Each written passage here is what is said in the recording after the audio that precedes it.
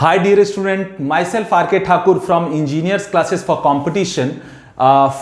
Physics for competition and academics video series का आज का वीडियो डियर स्टूडेंट मैं आपके लिए लेके आया हूं। बहुत ही इंपॉर्टेंट टॉपिक है ग्रेविटेशन, और उसमें ग्रेविटेशन में acceleration due to gravity which is very important, उसको हम लर्न करेंगे आज के वीडियो में डिटेल में। एक्सेलरेशन ड्यू टू ग्रेविटी, तो आई होप कि आपको एक्सेलरेशन ड्यू टू ग्रेविटी के बारे में आपने सुना ही होगा, और इसकी वैल्यू सबको पता है कि 9.81 और 9.8 और मोर रफली इट इज 10 मीटर पर सेकेंड स्क्वायर होता है। तो सबसे पहले हम लर्न करेंगे कि जी क्या होता है, जी की वैल्यू क्या होती है, जी में वेरिएशंस आते हैं, जी की वैल्यू चेंज होती है। तो कैसे चेंज होती है? अर्थ के शेप की वजह से भी चेंज होती है, और अर्थ के सरफेस के ऊपर अगर हम जाते हैं मींस हाइट पे जाते हैं तो जी की वैल्यू चेंज होती है, और अर्थ के सरफेस के नीचे मींस डेप्थ में अगर हम जाएंगे तो भी जी की वैल्यू चेंज होगी, और obviously at the centre of the earth g की वैल्यू जीरो होगी ऑब्वियसली। तो हमें ये सारे जी के वेरिएशन और जी का डेफिनेशन इन सबको लर्न करना है कॉन्सेप्चुअली, जिससे कि हम कॉम्पिटिटिव एग्जाम्स के क्वेश्चंस और एकेडमिक्स को लर्न कर सके। So let's start with acceleration due to gravity dear student. सबसे पहले आपको समझना होगा this is acceleration due to gravity, right? So acceleration due to gravity क्या है dear student? Acceleration due to gravity को हम जी से बोलते हैं। आपको पता होगा कि न्यूटन का जो ग्रेविटेशनल लॉ है वो क्या कहता है? वो कहता है कि कोई भी दो ऑब्जेक्ट इस यूनिवर्स में एक दूसरे को एक ग्रेविटेशनल फोर्स से अट्रैक्ट करते हैं, राइट? और वो जो अट्रैक्शन का फोर्स है वो बेसिकली न्यूटन ने एक लॉ दिया हुआ है, उसके according F is equal to G m1 m2 by R square, where capital G is universal gravitational constant, m1 is mass of first body, m2 is mass of second body, and r is the distance between m1 and m2 two bodies, right? तो अब इस दो body में अगर एक body हमारा अर्थ हो जाए और दूसरी बॉडी ऑब्वियसली एक ऑब्जेक्ट हो, तो ये जो ग्रेविटेशन होता है ना, इसको हम बोलते हैं ग्रेविटी।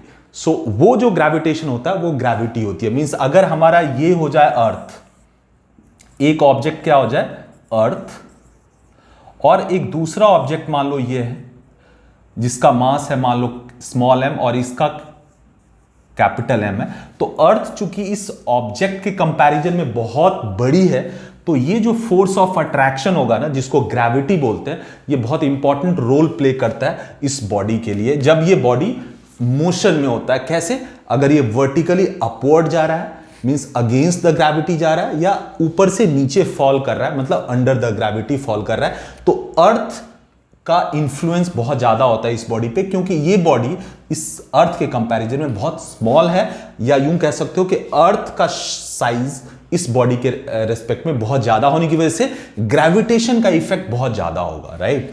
सो न्यूटन का जो हमारा ग्रेविटेशनल लॉ है उसको सबसे पहले देख लेते हैं। ग्रेविटेशनल लॉ ऑफ न्यूटन, ये आपको पता होगा। ये कहता है कि जो फोर्स होता है ना, force F that is G m1 m2 by R square, right? यहां से आप इसको ऐसे समझ सकते हो कि ये मास m1 है, ये जो ऑब्जेक्ट है इसका मास क्या है m2 है, दोनों के बीच का जो डिस्टेंस है डियर स्टूडेंट, दोनों के बीच का जो डिस्टेंस है ये क्या है? r है, राइट? तो जो हमारा दोनों के बीच में जो फोर्स ऑफ अट्रैक्शन होगा, ग्रेविटेशनल पुल होगा, वो क्या होगा? G m1 m2 by R square, where G is universal gravitational constant, right? तो ये आपको पहले से पता होगा। नाउ अब उसी को हम फर्दर एक्सटेंड करते हैं अर्थ के रेस्पेक्ट में और इस बॉडी के रेस्पेक्ट में। अर्थ इस बॉडी पे इस फॉर्मूले के अकॉर्डिंग एक फोर्स एक्सर्ट करेगा, और वो फोर्स क्या होगा? सो यहां पे वो जो फोर्स होगा F, वो होगा G, m1 की जगह हम अर्थ का मास ले लेते हैं कैपिटल M,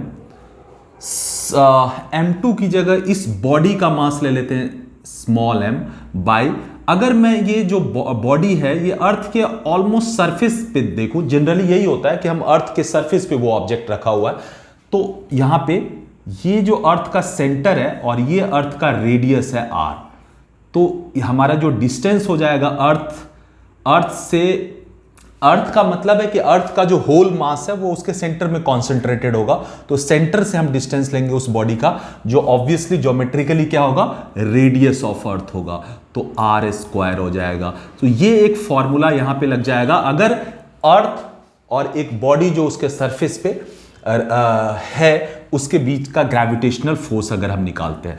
इसमें m, कैपिटल M क्या है, ऑब्वियसली मास ऑफ अर्थ है, ये कैपिटल M क्या है, mass of earth, right. Small m क्या है, मास ऑफ बॉडी, या यू कह सकते हैं mass of object, mass of object. और कैपिटल R क्या है, radius of earth, capital R क्या है, radius of earth, right. Now dear student, अगर ये फोर्स अर्थ इस बॉडी पे लगा रहा है, अगर अर्थ इस बॉडी पे ये फोर्स लगा रही है, तो ऑब्वियसली ये एक्सेलरेशन प्रोड्यूस करेगा, किसमें, इस बॉडी में, न्यूटन के सेकंड लॉ से। तो वो जो एक्सेलरेशन होगा वो बेसिकली एक्सेलरेशन, लीनियर एक्सेलरेशन नहीं होगा बल्कि ग्रेविटेशनल एक्सेलरेशन होगा, जिसको हम एक्सेलरेशन ड्यू टू ग्रेविटी बोलते हैं। सो अर्थ जब ये फोर्स लगाएगा तो ये फोर्स इस बॉडी में एक्सेलरेशन प्रोड्यूस होगा और वो प्रोड्यूस करेगा, और उसी एक्सेलरेशन को हम एक्सेलरेशन ड्यू टू ग्रेविटी बोलेंगे। मींस इस F को मैं न्यूटन के सेकंड लॉ से मास इंटू एक्सेलरेशन लिख सकता हूं, और यहां पे एक्सेलरेशन की जगह acceleration due to gravity mg लेना होगा, राइट। सो इस F को हम mg लिखेंगे और ये हमारा इक्वल होगा gmm बाय आर स्क्वायर। यहां से हमारे g की वैल्यू, ये स्मॉल m कैंसल आउट हो जाएगा दोनों साइड से, so will get g is equal to gm by R square, which is the general formula for g at surface of earth. यहां पे सरफेस ऑफ अर्थ, g कहां पे है, ये सरफेस पे, अर्थ के सरफेस के पास हमारा एक्सेलरेशन ड्यू टू ग्रेविटी का फॉर्मूला आ गया gm बाय आर स्क्वायर। चूंकि ये एक्सेलरेशन है, इसकी यूनिट मीटर पर सेकेंड स्क्वायर होगी। सो g अर्थ के सरफेस पे g का फॉर्मूला अपने को मिल गया, और यही बेसिकली हम ज्यादातर न्यूमेरिकल में कैलकुलेशन में लेते हैं। हम इसकी वैल्यू भी निकाल सकते हैं डियर स्टूडेंट। अगर हम g की वैल्यू पुट कर दे, विच वी ऑलरेडी नो और we should know, 6.67 into 10 to the power -11 newton metre square by kg square, ये हमारा कैपिटल G होता है। कैपिटल G is called universal gravitational constant, इसकी वैल्यू फिक्स होती है। अगर हम ये पुट कर दें, मास ऑफ अर्थ हमें पता होता है लगभग 6 इंटू 10 टू द पावर 24, अगर वो kg यहां पे पुट कर दे, और रेडियस ऑफ अर्थ भी हमें पता होता है विच इज 6400 किलोमीटर, अगर हम उसको यहां पे पुट करके इसको सॉल्व करें तो अर्थ के सरफेस पे एक्सेलरेशन ड्यू टू ग्रेविटी का एक वैल्यू मिल जाएगा, और वो वैल्यू हम निकालते हैं। लेट्स सी, अगर हम g की वैल्यू 6.67, इस g की value 6.67 into 10 to the power -11 newton metre square upon kg square, ये अगर हम ले लेते हैं, capital M mass of earth को 5.97, अगर आप देखोगे तो अर्थ का जो वेट है, अर्थ का जो मास है 5.97 into 10 to the power 24 kg होता है, राइट, रफली, और divided by radius of earth कितना होता है, 6400 किलोमीटर। तो किलोमीटर को हम मीटर में कन्वर्ट कर देते हैं तो 10 टू द पावर 3 मीटर हो जाएगा, और इसका होल स्क्वायर हो जाएगा। अगर मैं इस पूरे को सॉल्व करूं डियर स्टूडेंट, तो वी विल गेट रफली 9.81 मीटर पर सेकेंड स्क्वायर, और यही g की वैल्यू आपको मिल गई। सो g की वैल्यू 9.81 होगी, और g की वैल्यू सरफेस ऑफ अर्थ पे फिक्स है। Why? Because g is constant, m is for earth, m is constant and r is also constant. तो अगर हम सरफेस, अर्थ के सरफेस पे g की वैल्यू देखें तो 9.81 आ जाएगा, जो आपको लेना है। इसको हम कई बार 9.8 भी बोलते हैं, 9.8 मीटर पर सेकेंड स्क्वायर। रफ कैलकुलेशन में हम इसको 10 मीटर पर सेकेंड स्क्वायर भी लेते हैं। So this is our value of acceleration due to gravity, और ये एक्सेलरेशन ड्यू टू ग्रेविटी का फॉर्मूला भी मिल गया gm by capital R square. But remember, this is the value on the surface of the earth only. अभी ये g की वैल्यू चेंज भी होगी, right. So this is the value of g. And also dear student, ये जो force अर्थ इस m मास पे लगा रही है, यही फोर्स जो कि mg के बराबर है, इसी को हम इस बॉडी का वेट बोलते हैं। सो ये mg को हम क्या बोलते हैं? Weight of body. तो किसी भी बॉडी को जब अर्थ अपने ग्रेविटेशनल फोर्स से पुल करती है तो वो उस बॉडी के मास और एक्सेलरेशन ड्यू टू ग्रेविटी का प्रोडक्ट है, उसको वेट ऑफ बॉडी बोलते हैं। तो वेट ऑफ बॉडी हमेशा क्या होगा? mg। अगर आप कहीं पे लिखना चाहो तो w is always equals to mg, right. यहां पे मास और वेट में फर्क है डियर स्टूडेंट।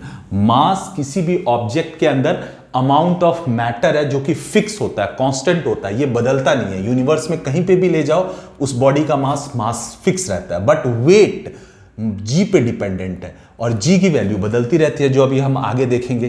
तो जी चेंज होने से वेट चेंज होता रहता है। तो किसी बॉडी का वेट चेंज हो सकता है बट मास चेंज नहीं होगा, ये डिफरेंस है। और वेट एक फोर्स है। वेट क्या है? ये फोर्स है। mg एक फोर्स है ना, मास फोर्स नहीं है। तो इसकी यूनिट, वेट की यूनिट न्यूटन है और मास की यूनिट केजी है। हालांकि हम जनरल लेमन लैंग्वेज में और जनरल प्रैक्टिस में हम लोग वेट और मास को एक ही मान लेते हैं, बट फिजिक्स के अकॉर्डिंग वेट एक फोर्स है जो अर्थ जिस फोर्स से किसी बॉडी को अट्रैक्ट करती है, and that is called mg, right. So I hope कि जी आपको क्लियर हो गया होगा, right. Okay fine. Okay, so now dear student, अब हम g को अंडरस्टैंड करने के बाद अब g में वेरिएशन कैसे आता है, वो भी अर्थ के शेप की वजह से, उसको देखते हैं। सो ये हमारा जो पॉइंट है वो है variation of g due to shape of earth, right. So आपको यहां पे ये समझना होगा डियर स्टूडेंट कि अर्थ की जो बनावट है, अर्थ का जो कंस्ट्रक्शन है ना, वो इलिप्टिकल है। मैं हालांकि बहुत ज्यादा इस टाइप से इलिप्टिकल है, मतलब इसको बोल सकते हो आप कि फ्लैटन है। अर्थ क्या है? फ्लैटन है। यहां पे ये वाला जो साइज है ना, ये ज्यादा है और ये जो साइज है ना, ये कम है, राइट। इसको हम बोलते हैं equator, this is called equator. और ये हमारा क्या है? पोल। ये हमारा क्या है? पोल। तो अगर मैं ये सेंटर मानूं तो ये हमारा इक्वेटोरियल रेडियस है और ये हमारा पोलर रेडियस है, right. This is north pole, this is south pole, right. और ये इक्वेटर है। तो अगर आप देखोगे इक्वेटर पे जो रेडियस है, ये जो आर इक्वेटर है, ये ज्यादा है अर्थ के लिए, और आर पोलर, ये जो पोलर रेडियस है, ये कम है। तो अर्थ की ऐसी बनावट है, अर्थ का इस टाइप का कंस्ट्रक्शन है कि जो अर्थ का इक्वेटोरियल रेडियस है वो ज्यादा है और पोलर रेडियस कम है। तो अगर आप इस फॉर्मूले पे जाओ जो अभी हमने लर्न किया है कि जी क्या है अर्थ के सरफेस पे, gm/r²। नाउ अगर मैं अर्थ के सरफेस यहां पे आऊं तो हमारा रेडियस r इक्वेटर हो जाएगा। g एट इक्वेटर ये क्या हो जाएगा डियर स्टूडेंट? gm/r², right. और अगर हम पोल पे जाएं तो g पोल क्या हो जाएगा?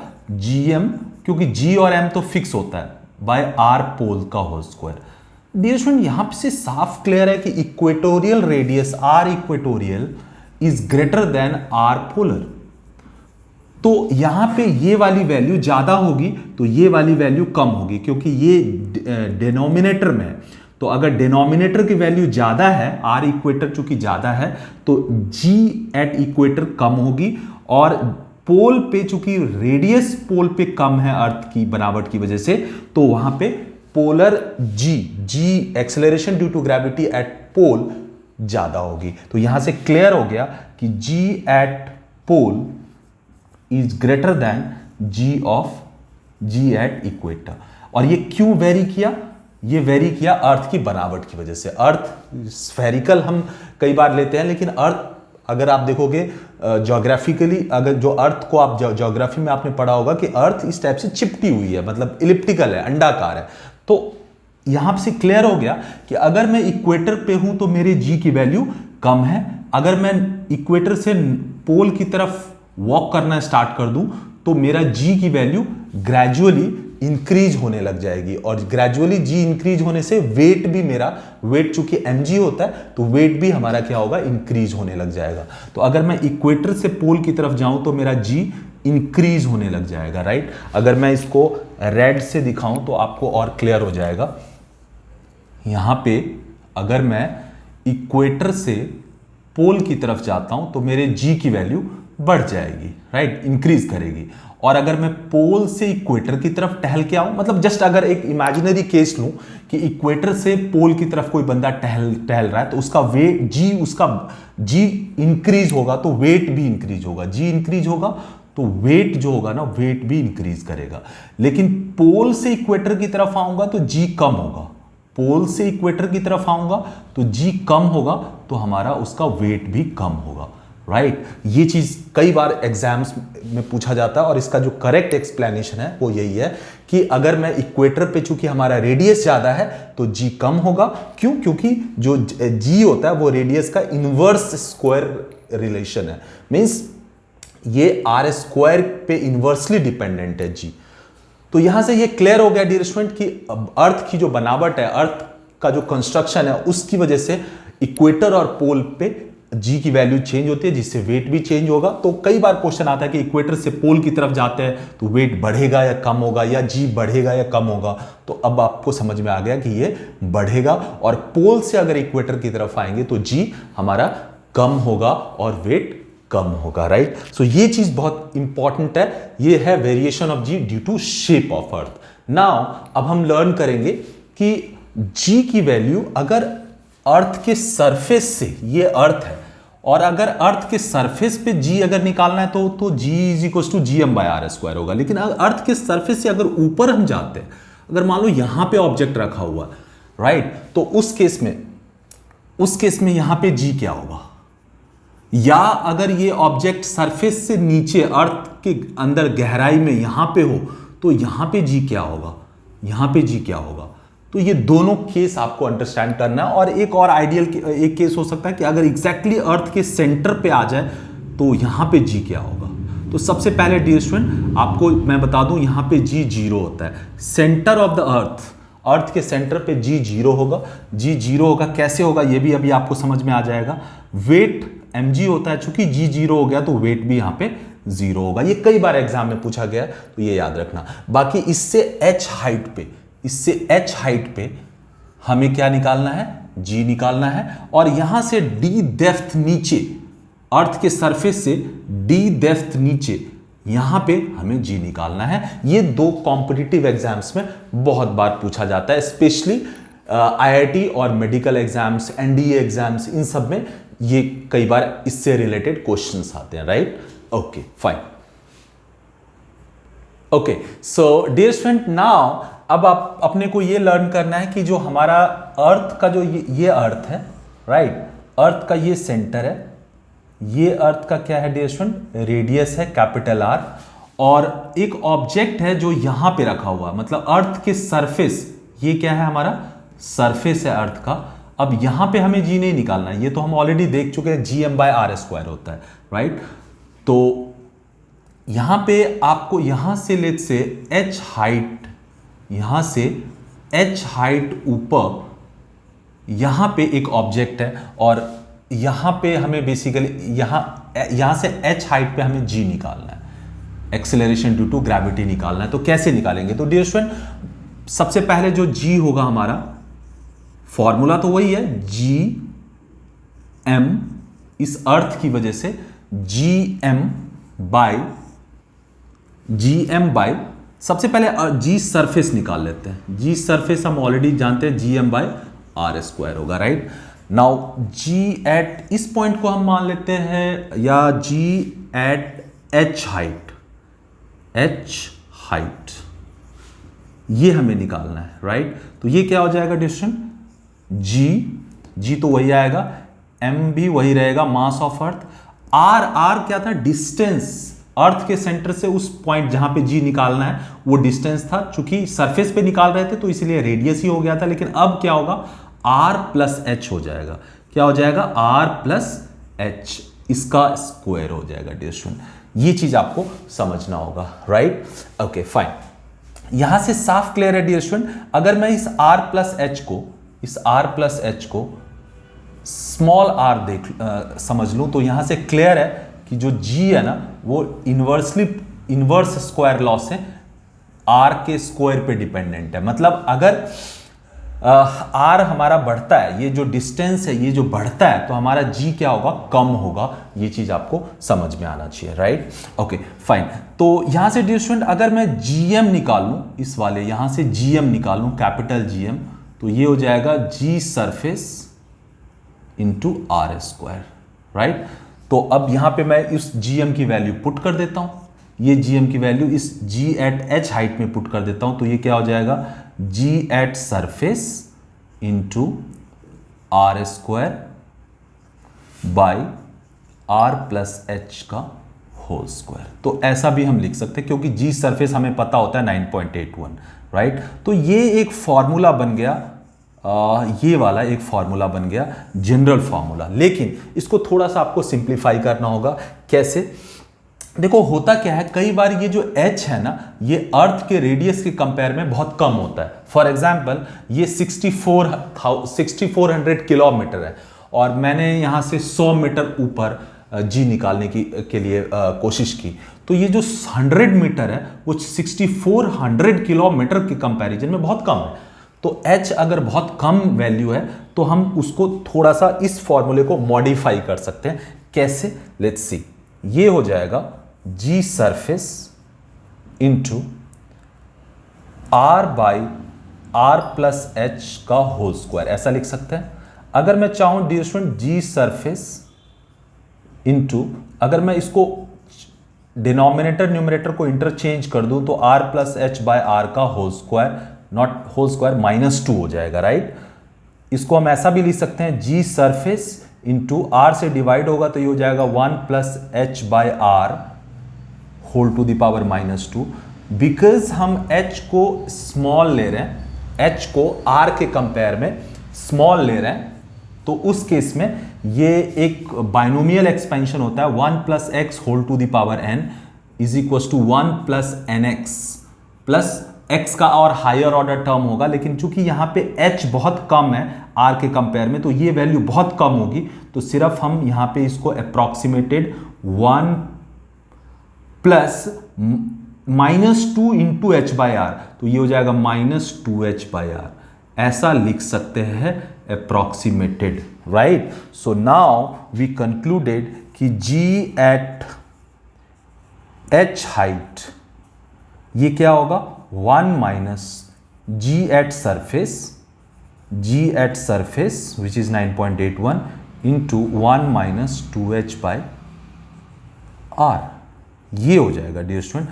और ये आपको पता, ये हम इसको यूज कर सकते हैं, लेकिन कंडीशन याद रखना, ये तब होगा जब h की वैल्यू r के कंपेयर में नेग्लिजिबल होगा। नेग्लिजिबल मतलब काफी कम होगा। जैसे अगर ये 10 मीटर, 20 मीटर, 50 मीटर है और ये तो 6400 किलोमीटर होता है, तो उस केस में हम ये अप्रॉक्सीमेटेड फॉर्मूला यूज कर सकते हैं, जो ज्यादातर यूज करना होता है। बट अगर ये ऑलरेडी 8-10 किलोमीटर है तो फिर उस केस में आपको ये वाला फॉर्मूला यूज करना पड़ेगा, राइट। ये वाला फॉर्मूला यूज करना होगा।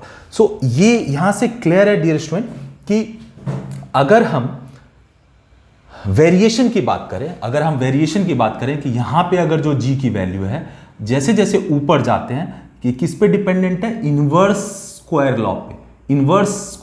लॉ को फॉलो कर रहा है, तो हमारा g का जो वेरिएशन होगा सरफेस से ऊपर की तरफ, वो क्या होगा डियर स्टूडेंट, कम होता जाएगा और किस लॉ को फॉलो करेगा, पैराबोलिक ग्राफ बनेगा, क्योंकि स्क्वायरली डिपेंडेंट है। तो अगर मैं वेरिएशन की बात करूं तो यहां पे अगर अर्थ का सरफेस है, ये है, इसको अगर मैं r मान लूं और ये मेरा g है, तो हमारा जो वेरिएशन होगा वो कैसा होगा डियर स्टूडेंट, हमारा जो वेरिएशन होगा वो किस टाइप से होगा, हमारी g की वैल्यू कम होती जा रही है, राइट।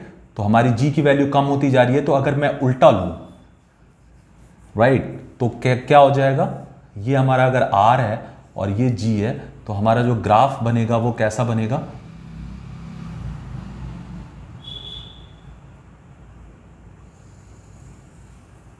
r हमारा इनफाइनाइट हो सकता है ना, ये क्या कहां तक जाएगा, इन्फिनिटी तक जाएगा, और ये ग्राफ कैसा बनेगा हमारा, पैराबोलिक बन जाएगा, राइट। तो ये चीज आपको याद रखना है, वेरिएशन अर्थ के सरफेस से जैसे जैसे ऊपर जाएंगे तो हमारा वेरिएशन कैसा होगा, पैराबोलिक होगा, पैराबोलिक होगा, कम होता जाएगा और पैराबोलिक होगा। क्यों पैराबोलिक होगा, क्योंकि स्क्वायरली डिपेंडेंट है। आपको पता है कि स्क्वायरली डिपेंडेंट होता है तो पैराबोलिक ग्राफ होता है। तो ये हमारा ये फॉर्मूला अपने को यूज करना है और ये कॉन्सेप्ट है जो आपको क्लियर हो गया कि अगर कोई ऑब्जेक्ट अर्थ के सरफेस से h हाइट पे है तो उसका जो उस पॉइंट पे जो g की वैल्यू होगी वो g surface into 1 minus 2h/r होगा, right. Okay, so dear student, now अब हम g की वैल्यू अर्थ के सरफेस से d डेप्थ नीचे मतलब गहराई में g की वैल्यू फाइंड करते हैं और वो देखो कैसे फाइंड करते हैं। लेट्स से ये अर्थ है और अर्थ के सरफेस से d डिस्टेंस नीचे, यहां पे बेसिकली अपने को g फाइंड करना है, राइट। अर्थ का सेंटर ये है, तो ये क्या होगा डियर स्टूडेंट, ये तो अर्थ का रेडियस होगा, राइट। ये अर्थ का रेडियस होगा r और अपने को यहां पे g फाइंड करना है, यहां पे अपने को g फाइंड करना है। तो कैसे निकालेंगे g का फॉर्मूला, सबसे पहले g सरफेस तो हमें पता ही है, g सरफेस क्या होता है, capital GM by r square. यहां पे अगर मैं g निकालूं, इसको मैं बोलता हूं g एट d डेप्थ, ये अगर मैं निकालूं तो ये भी होगा g।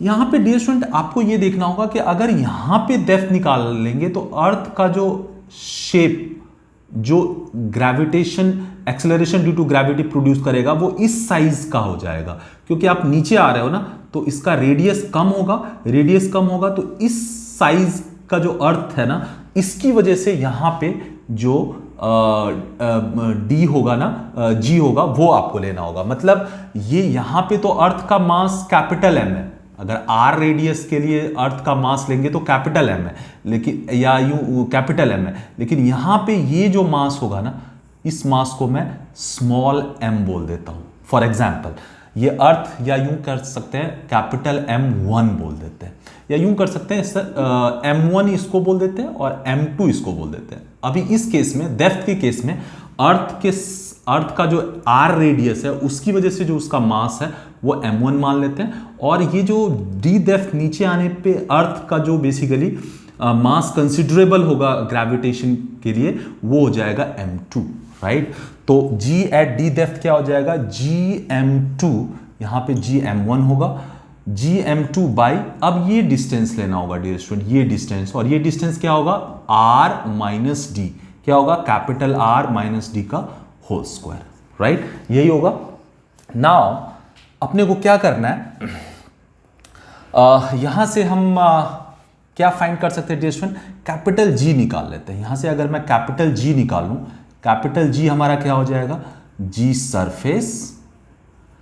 Surface into are square, G surface into are square by M1, और इसकी वैल्यू यहां पे पुट कर देते हैं। So therefore G at d depth जो हमारा रिक्वायरमेंट है यहां पे निकालना, तो कैपिटल G के लिए ये लिख सकते हैं, G surface into are square by M1 into ये M2 एज इट इज आ जाएगा अपॉन R माइनस डी का होल स्क्वायर, राइट। नाउ इसको हम लिख सकते हैं G surface into R square by R minus d का होल स्क्वायर, इसको एक साथ ले लेते हैं, into M2 by M1 dear student. M2 by M1 mass को क्या लिख सकते हैं, M2 बाई M1 मास हमारा क्या होता है, डेंसिटी होता है, डेंसिटी हमारा क्या होता है, density is mass by volume. तो मास क्या हो जाएगा, डेंसिटी इंटू वॉल्यूम, डेंसिटी को रो से डिनोट करते हैं, तो रो इंटू वॉल्यूम ये मास होता है। तो यहां पे हम M2 को कैसे लिख सकते हैं, G surface into are square by R minus d का होल स्क्वायर।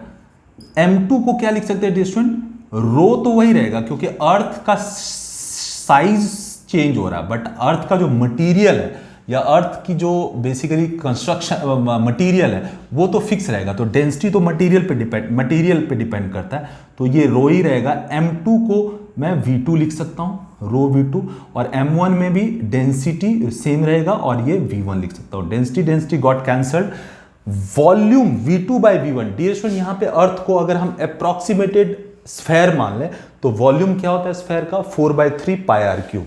तो इसको चाहे तो मैं थोड़ा सा और मॉडिफाई कर सकता हूं, यहां पे G एट डी डेप्थ, ये क्या हो जाएगा dear student, G at d depth हो जाएगा G at surface into R square by R minus d का होल स्क्वायर। यहां पे वॉल्यूम को अगर मैं ले लूं, V2 को क्या लिख सकता हूं, 4/3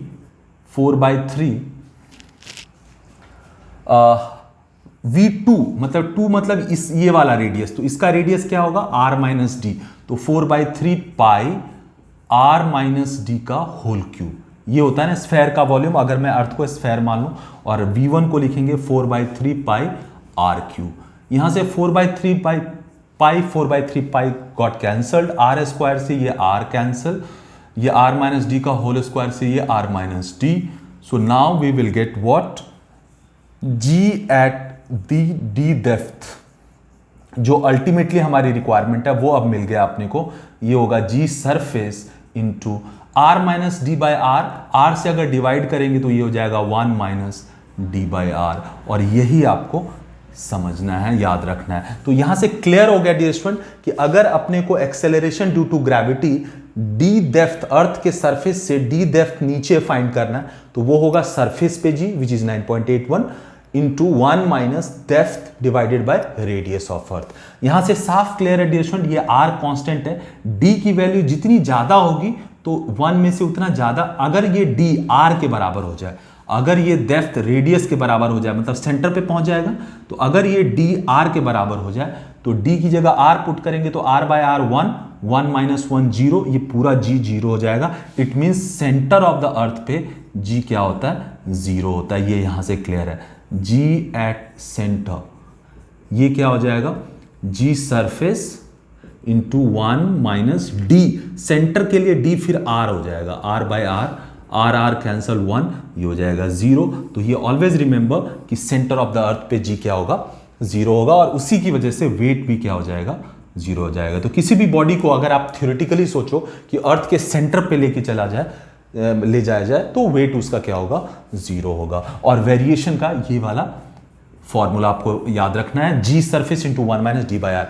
यहां से साफ क्लियर है डियर स्टूडेंट कि जैसे जैसे आप नीचे आते हो, डेप्थ या यूं कह सकते हो कि सेंटर पे 0 है, जैसे जैसे ऊपर जाओगे आपके